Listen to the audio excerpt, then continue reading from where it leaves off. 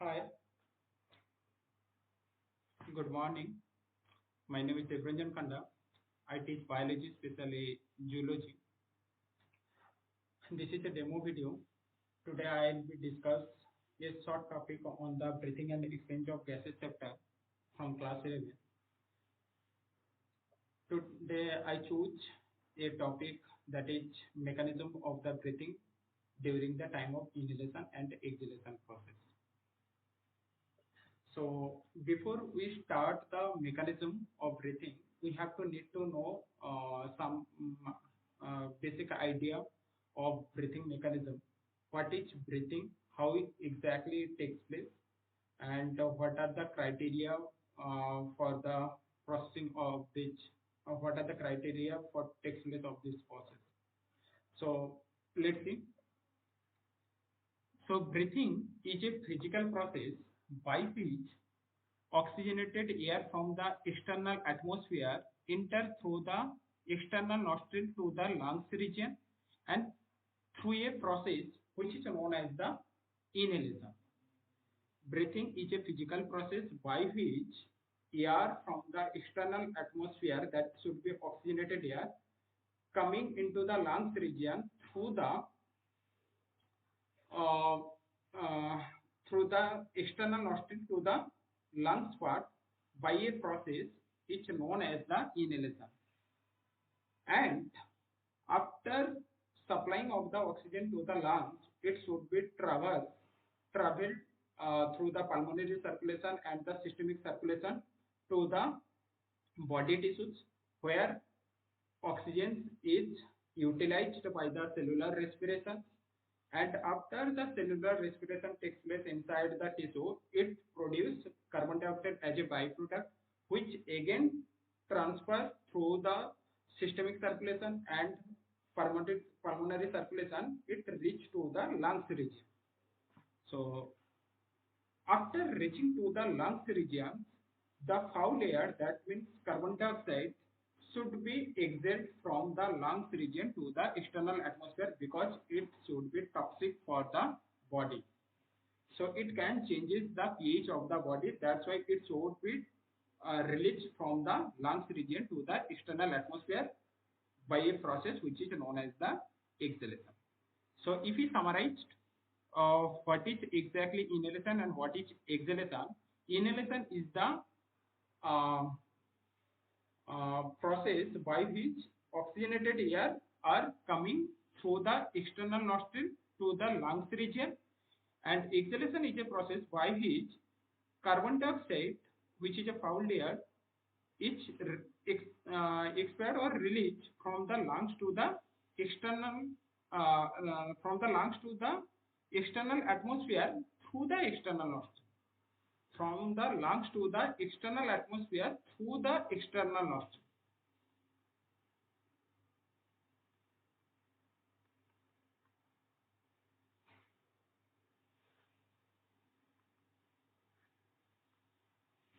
As we know, the amount of concentration of oxygen in the atmosphere is approximately 21%. At that particular time, inside the body, the amount of oxygen is present in the less amount. That's why oxygen that is present in the external atmosphere coming into inside the lungs through the inhalation process from a region of higher concentration to the lower concentration. That means from the external atmosphere to the lungs region. So I think you understood the basic idea of the breathing mechanism. Why it is known as the physical process? Because on that particular process, you notice that there is no cellular respiration is involved. This process should be takes place in between the external nostril to the lungs region. That's why there should be no involvement of the chemical process. That's why this is completely the physical process. Only transfer of gases from the external nostril to the lungs and from the lungs to the external nostril.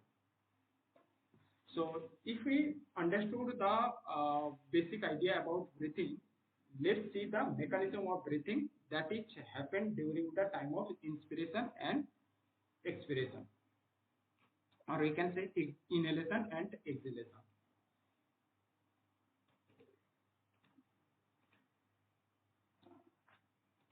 So we have to need to know basic structure of the lungs and also the rib cage. So here I will be discussed briefly of lungs.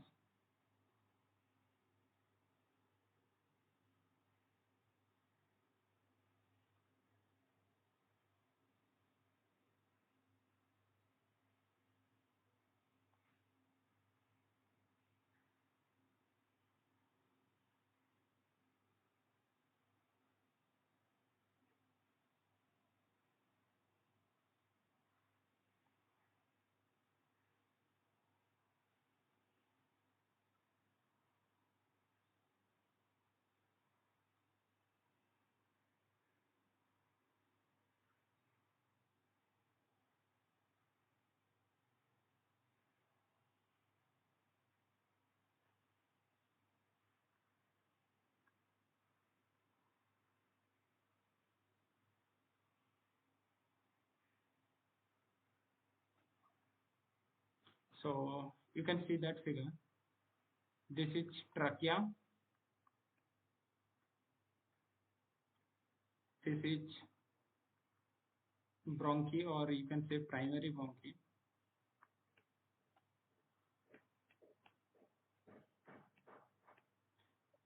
The trachea is divided into the two bronchi in the fifth thoracic vertebrae region.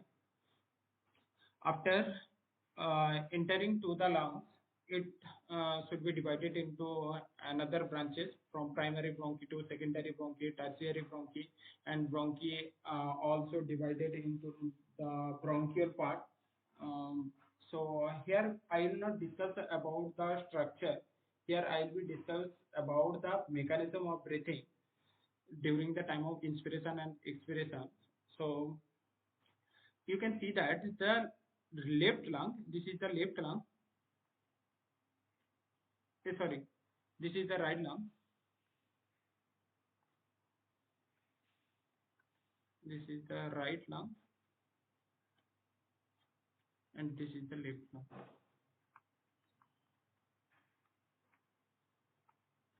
So you can see that figure, this is the transverse fissure,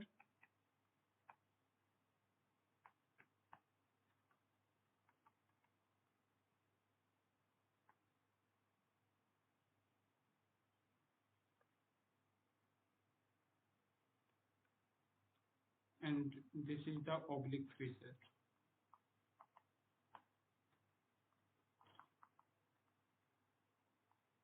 So what is fissure? Fissure is a connecting point between the two regions.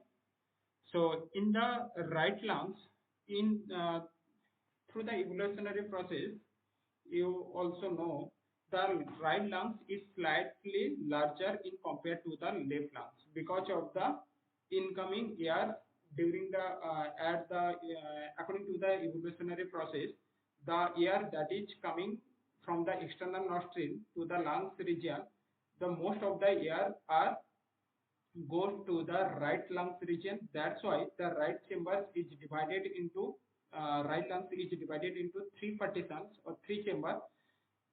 This is the superior part, superior lobe.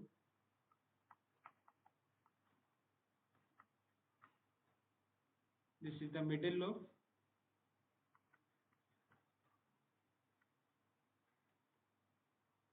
and this is the inferior lobe.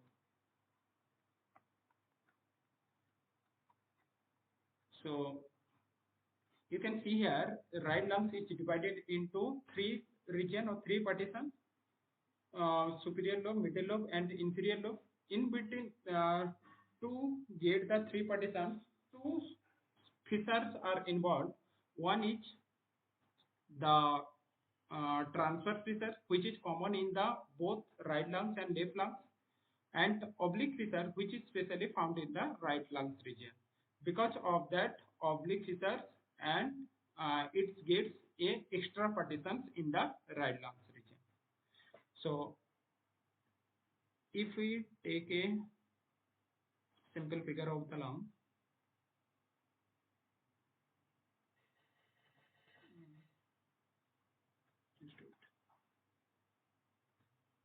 for example,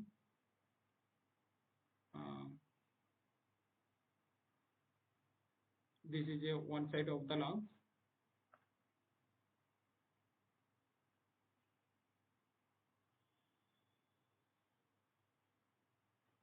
Okay, so the membrane of the lungs is known as the pleural membrane.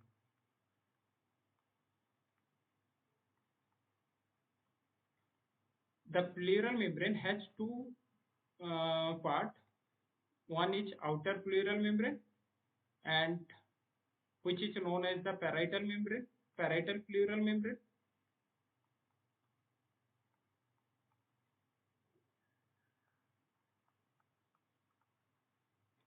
And inside it, there is visceral pleural membrane.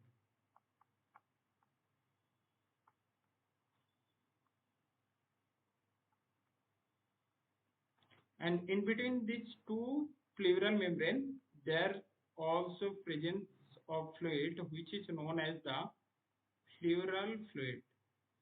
Why it is present? Because this fluid reduces the friction when the air coming inside the lungs and its pressure exerted to the rib cage portion. At that particular time, the breakage of the visceral pleural membrane should be not visceral, the outer parietal membrane should be reduced because of the presence of that particular pleural fluid. So let's see the structure that is present outside the lung.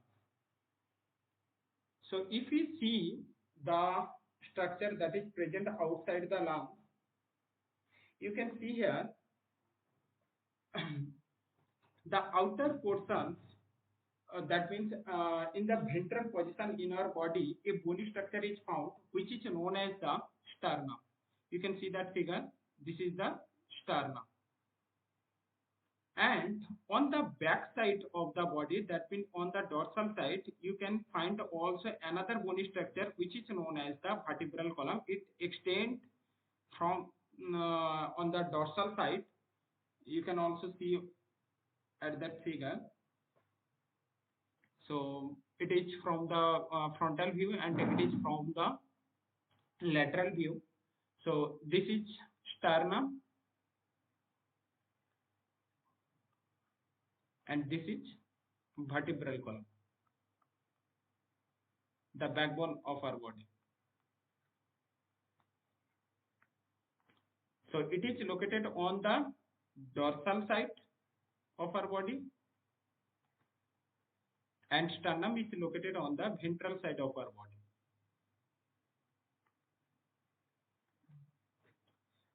So, and from the ventral region to the dorsal region, there should be another bony layer which is known as the ribs, which connect the ventral side to the dorsal side.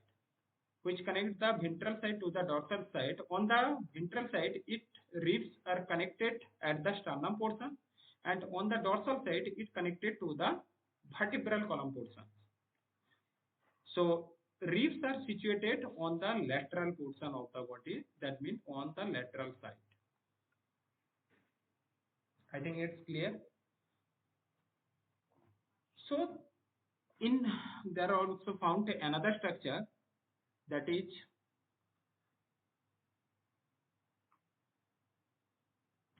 here I will be marked. In between the ribs, there is a membranous structure, muscular structure, not muscular structure, which is known as the intercostal muscle. In between the ribs, there is a presence of muscular layer which is known as the intercostal muscle. So if we see the structure of the intercostal muscle, there should be found, you will will be found two layers on the intercostal muscles.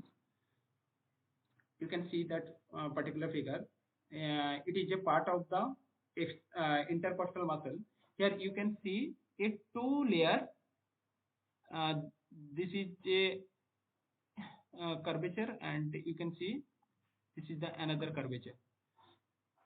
So the intercostal muscle that is located to the that is facing toward the outer side is known as the external intercostal muscle.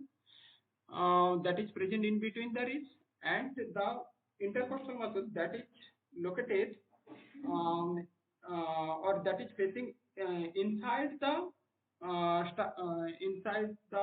you can see ribs is known as the internal intercostal muscle. The muscle that is facing toward the outer side it is known as the external, and that is facing inside it is known as the internal intercostal muscle. So these three structures provide a closed space, and that there are also another region also involved, which is known as the diaphragm. I can draw a rough figure. Okay, you can see here also.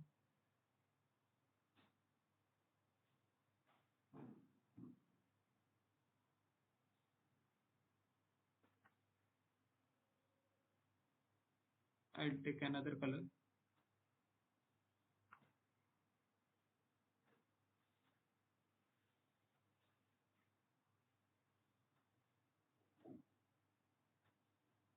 So here you can see that this is the portions. There is a free space. This free space is covered by a muscular layer which is known as the diaphragm.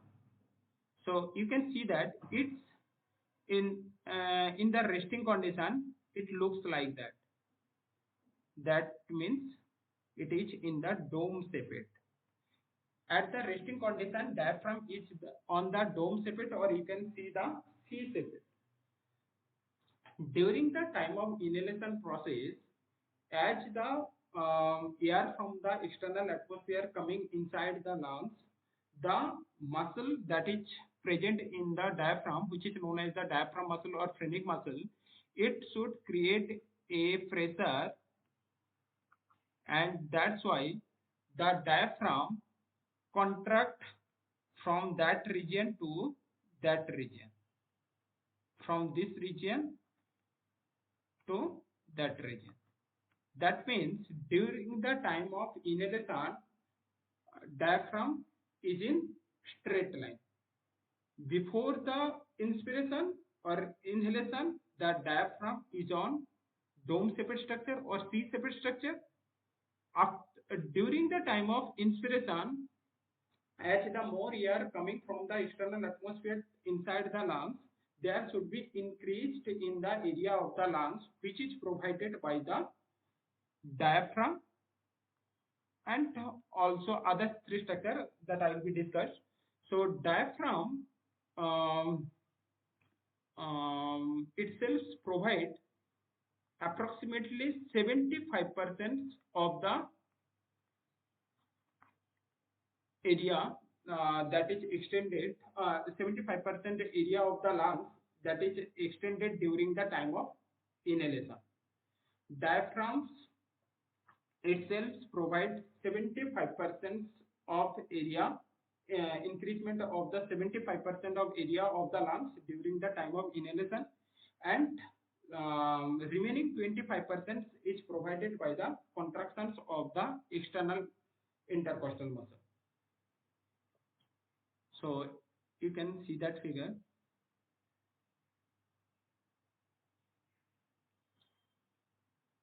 Okay.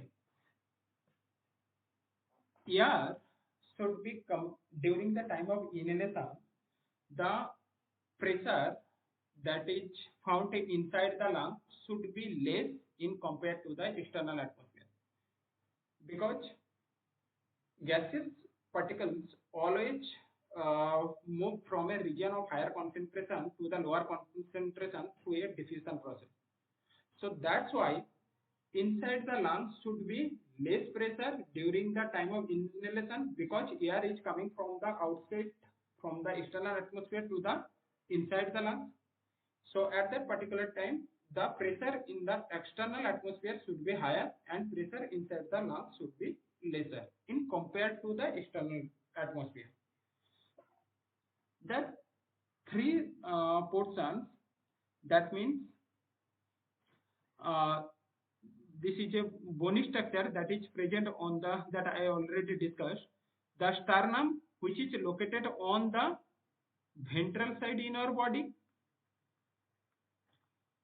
vertebral column, which is located on the dorsal position in our body, and ribs, which is present on the lateral side in our body, intercostal muscle, which is present in between the ribs,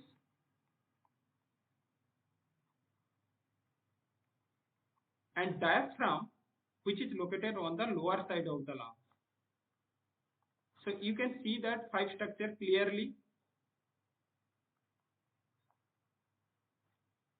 So these five structure combination provide a closed surface for the powerful contraction and relaxation of the lungs that is take place during the time of breathing mechanism, that means inhalation and exhalation mechanism. So these five structures provide a cage-like area because it is present in the thoracic region, and because of the presence of ribs, that structure is formed. This area is known as the rib cage. So that provides a closed surface area. So let's see the mechanism. So you can see, so air from the external atmosphere are come inside the lungs. So first it exerted its pressure in the visceral part of the pleural membrane. Then this pressure comes to the outer side of the lungs. That means from the visceral membrane to the pleural fluid, then to the parietal membrane, and from the parietal membrane to the muscle of the muscle that is present in between the ribs. So as the pressure first coming inside the lungs, it exerted its pressures on the lower side of the lungs. That means towards the diaphragm muscle. As the pressure increase on the diaphragm muscle should be contract. On the resting stage, diaphragm is in dome shaped or C-shaped. As the pressure increase on the diaphragm muscle should be contract. That means it should be occurred on the straight line.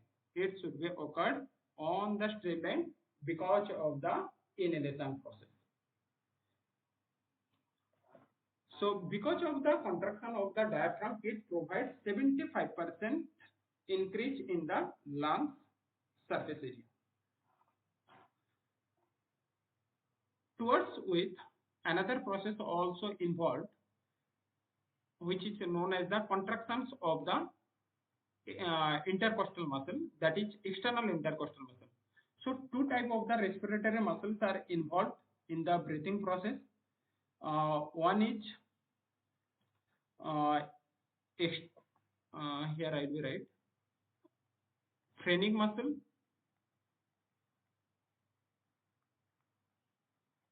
or you can say the diaphragm muscle,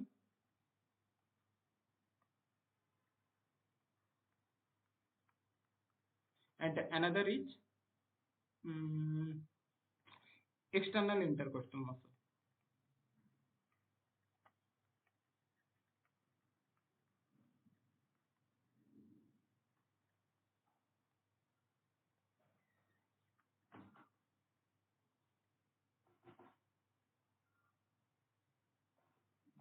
So both of these muscles is known as the respiratory muscle because it is involved in the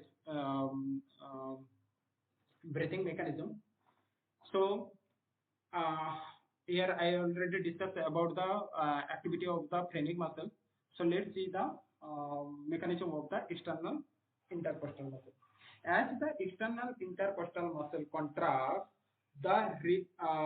the bony structure that provide a closed surface area for the contraction and relaxation of the lungs. It move from it move in that particular direction. You can see here that this region is known as the anterior portion of the sternum, the yellow color area, which is a bony structure sternum, which this portion is anterior portion, and on the you can see it is the posterior portion. Similarly, on the vertebral column, which is located on the dorsal side, this is the anterior portion and this is the posterior portion. As the external intercostal muscle contract, the ribs, not ribs, the sternum and the vertebral column should be extended from anterior towards the anterior posterior direction. As the external intercostal muscle contract, the sternum and the vertebral column should be extended towards the anterior posterior directions.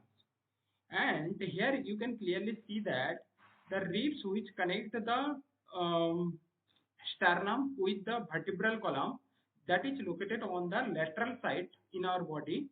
So during the time of because of the contraction of the external intercostal muscle, the ribs should be extended towards the dorsoventral axis, because it is present from the dorsal region to the from the ventral region to the dorsal region. That's why ribs should be extended towards the dorsoventral axis and outwards the body. You can take a deep breath and then you can feel what is exactly changes in the thoracic region. Then you should understood the rib cage should be facing towards the outer region. So that's why the ribs should be extended dorsoventrally and towards the outer surface, outwardly. So these contractions of the ribs, vertebral column and ribs togetherly provide 25% increase of the surface area of the lungs during the time of inhalation. So 75% is provided only by the diaphragm, and remaining 25% is provided by the contraction of the external muscle during the time of contraction of the external intercostal muscle. Three mechanisms are involved. One is extensions of the sternum in the anterior posterior direction, extension of the vertebral column in the anterior posterior direction, and the extension of the ribs towards the dorsoventral axis and towards the outward. So this is the complete mechanism of the inhalation. So here I will be right, you can see here. So respiratory muscles, the pressure inside the lungs should be less in compared to the external atmosphere during the time of inhalation. Contraction of the phrenic muscles and contraction of the external intercostal muscle. So let's see the process of the exhalation. The process that should be takes place during the time of inhalation, the reverse process will be occurred during the time of exhalation. That means the first process should be takes place is the relaxation of the diaphragm muscle. As the diaphragm muscle should be relaxed, it should be reached to the previous condition. That means into the C-shaped structure. From which structure?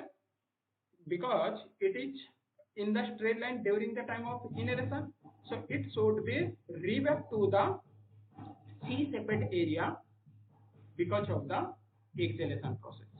During the time of exhalation process, it then reverts back to its original position, which is generally found in the resting condition.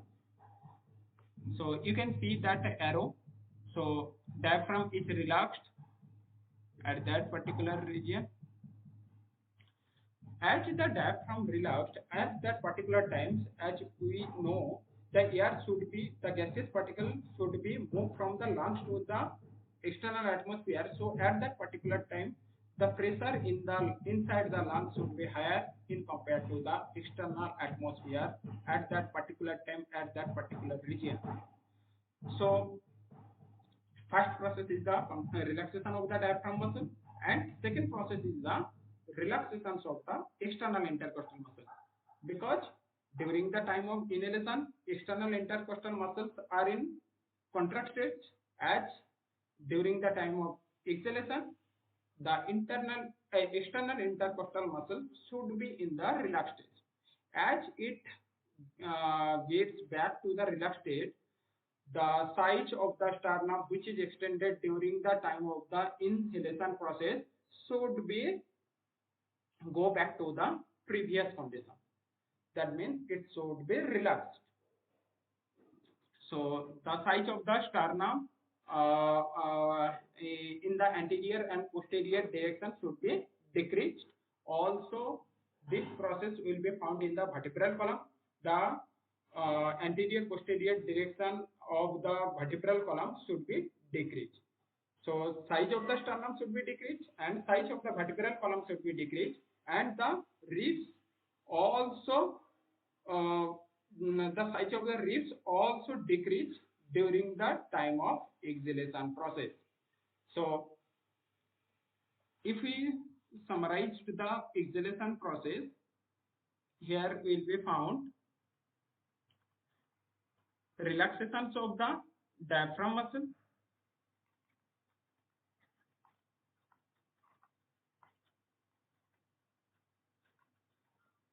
or straining muscle.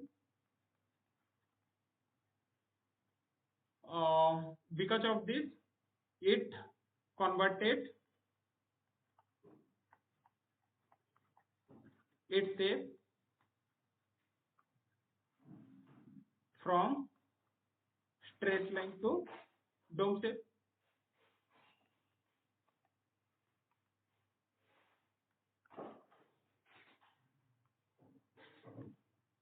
And next process is relaxations of the external intercostal muscle.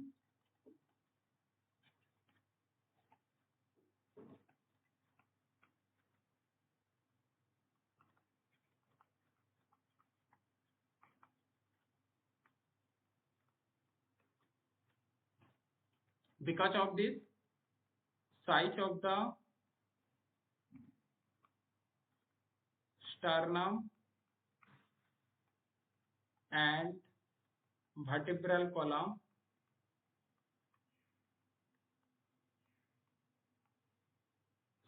should be decreased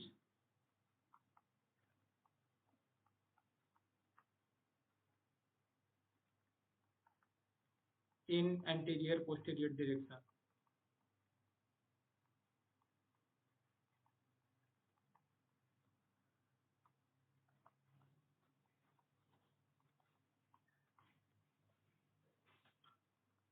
At that same time, the size of the ribs also is also decreased on dorsoventral axis.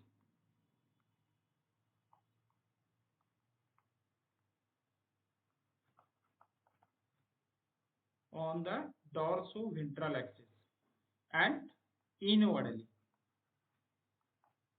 अंदर की तरफ आ रहा है inwardly. So this is the complete process of the exhalation. So during the time of inhalation and exhalation, there is no involvement of the internal intercostal muscles. Internal intercostal muscle and abdominal muscles are involved during the time of forceful inspiration and expiration. So during the time of normal breathing, there is no involvement of the internal intercostal muscles. So thank you.